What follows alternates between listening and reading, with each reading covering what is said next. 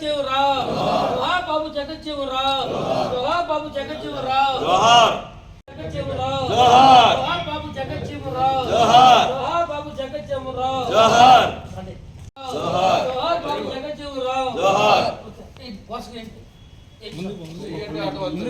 లాగట్లేదు, సామాజిక బహిష్కరణ లాగట్లేదు. మహానుభావాలు ఎందుకైతే పోరాటం చేసావో స్వతంత్ర ఉద్యమంలో ఆనాడు చేసిన పోరాట ఫలితంగా ఈరోజు ఈ కూటమి ప్రభుత్వం అధికారాన్ని అనుభవిస్తూ మా మీద చేస్తున్న దౌర్జన్యాలు ఆగే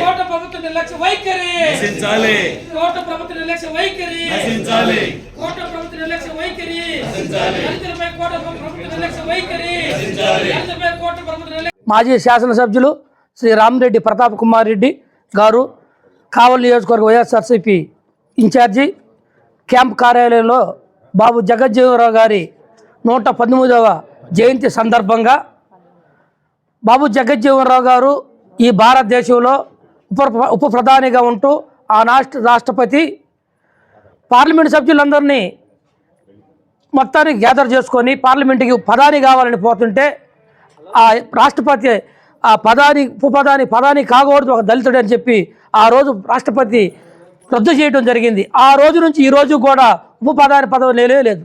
ఆ మహానుభావుడు చేశాడు. ఎందుకంటే అంబేద్కర్ గారు రాజ్యాంగం రాస్తే భారతదేశంలో బాబు జగజ్జీవనరావు గారు కార్మిక శాఖ లా మినిస్టర్గా ఇదే శాఖ మంత్రులుగా మీ బడుగు బలహీన పార్లమెంట్ సభ్యులందరినీ ఢిల్లీలో కూర్చొని వాళ్ళకి కావాల్సిన హక్కుల్ని మాజీ భారత ఉప ప్రధాని స్వర్గీయ బాబు జగజ్జీవన్ గారి జయంతి సందర్భంగా కావలి వైసీపీ కార్యాలయం మరియు మన మాజీ శాసనసభ్యులు రామిరెడ్డి ప్రతాప్ కుమార్ రెడ్డి గారి ఆదేశాల మేరకు ఆయనకి ఘనంగా నివాళి అర్పించడం చాలా సంతోషంగా ఉంది.